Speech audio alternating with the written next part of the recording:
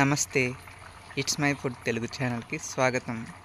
ఈరోజు అమ్మ చేతి కమ్మని చేపల పులుసు చూద్దాం. ఇది ఎవరైనా చాలా తేలిగ్గా చేసుకోవచ్చు. చాలా ఈజీ. దీనికోసం కడిగిన చేప ముక్కలు తీసుకున్నాను.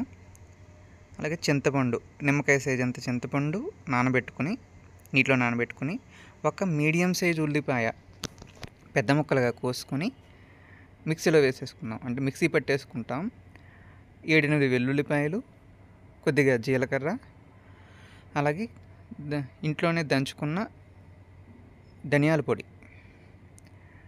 ఇవన్నీ మిక్సీ పెట్టుకుని ఒక పక్క పెట్టుకొని స్టవ్ మీద ప్యాన్ పెట్టి 3 టేబుల్ స్పూన్ల ఆయిల్ వేసుకున్నాను. ఇప్పుడు ఆ మిక్సీ పట్టుకున్న మన మసాలా ఉంది కదా, ఆ మసాలాని నూనెలో వేసి వేయించుకుందాం. ఇదే మసాలా మనం కూరకు వాడేది. మనం అల్లం వాడమండి ఇందులో.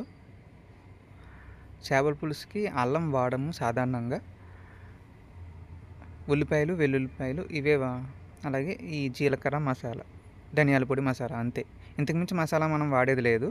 పచ్చిమిరపకాయ ముక్కలు, అలాగే బెండకాయ చాలా రుచి ఇస్తుంది చేపల పులుసులో, అందుకని బెండకాయ వేసేసుకొని బ్రౌన్ కలర్ వచ్చే వరకు వేయించుకున్న తర్వాత చేప ముక్కల్ని ఇలా విడివిడిగా పెట్టుకొని, అదిగో బ్రౌన్ కలర్ వచ్చింది కదా, ఇప్పుడు చేప ముక్కల్ని విడివిడిగా పెట్టేసుకున్నాం. చేప ముక్కని పొట్ట దగ్గర కోసుకునే విధానాన్ని బట్టి మంచి మంచి రుచి ఇస్తుంది.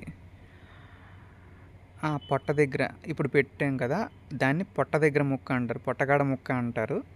అక్కడే కొన్ని నిలువుగా కొన్ని అడ్డంగా కోసుకుంటారు. దాన్ని బట్టి ఆ ముక్కల రుచి కూడా తెలుస్తుంది.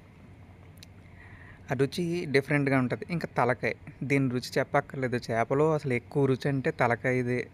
దాని రుచి ఒకసారి తిన్నవాళ్ళు ఇంక వదలరు, అంతే. ఇవన్నీ కొద్దిగా వేయించి 1 నిమిషం మగ్గిన తర్వాత పసుపు, ఉప్పు, కారం లాంటివి వేసుకుందాం. ఇప్పుడు చిటికెడు పసుపు, తగినంత ఉప్పు. ఇక్కడ నేను 1.5 స్పూన్ వేసుకున్నానండి. ఇది తక్కువైనా తర్వాత వేసుకోవచ్చు, కానీ ఎక్కువ అవ్వకుండా చూసుకోవాలి. తర్వాత మళ్ళీ వేసుకోవచ్చు పులుసు మరుగుతున్నప్పుడు. కాబట్టి మీ రుచిని బట్టి అక్కడ వేసుకోండి. అలాగే 3 స్పూన్లు కారం, మీరు తినేదాన్ని బట్టి కారం వేసుకోండి. చేపల పులుసు కొద్దిగా కారంగా ఉంటే బాగుంటుంది. ఎలాగో పచ్చిమిర్చి కూడా వేసాను కాబట్టి 3 స్పూన్లు కారం వేసుకుని 1 నిమిషం మగ్గిన తర్వాత చింతపండు పులుసు వేస్తున్నానండి. నీళ్ళు వేసుకోకూడదు డైరెక్ట్గా. నీళ్ళు వేసుకుంటే కొంచెం ముక్కలు చప్పనిస్తాయి. అందుకే చింతపండు పులుసు ఇందాక నానబెట్టాం కదా, ఆ చింతపండు పిసికి చింతపండు పులుసు వేసేస్తున్నాం.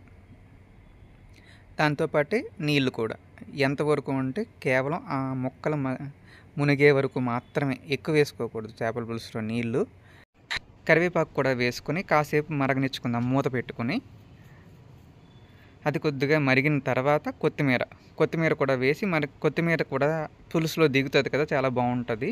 కదిపేటప్పుడు మాత్రం చేపల పులుసు పైకి తీసుకుని గిన్నె ఊపుతూ కదుపుకోవాలి తప్ప స్పూన్ పెట్టకూడదు. చేప ముక్క అది పులుసు చిక్కబడాలి, కానీ ముక్క ఎలా ఉండాలంటే మనకి బిర్యానీలో చికెన్ లెగ్ పీస్ మనం చేతితో తీస్తే ఎలా విరుగుతుందో అలా, అంటే ఆ మాత్రం కన్సిస్టెన్సీ, అది పూర్తిగా మెత్తబడిపోకుండా ఉన్నట్టుగా ఉండాలి. చేప ముక్క కూడా చిక్కగా అయ్యింది, ఆ మాత్రం చిక్కబడాలి పులుసు, అంతే. అదిగో చూడండి, ఇదే పొట్ట దగ్గర ముక్క అంటే, అది చాలా రుచి ఉంటుంది. అమ్మ చేతి కమ్మని చేపల పులుసు తయారైందండి. దీన్ని ఎవరైనా చాలా ఈజీగా తయారు చేసుకోవచ్చు. మీరు కూడా తయారు చేసి ఎలా వచ్చిందో కామెంట్ చేయండి. ఈ వీడియోని లైక్ చేస్తూ మా ఛానల్ని సబ్స్క్రైబ్ చేయండి. Thank you.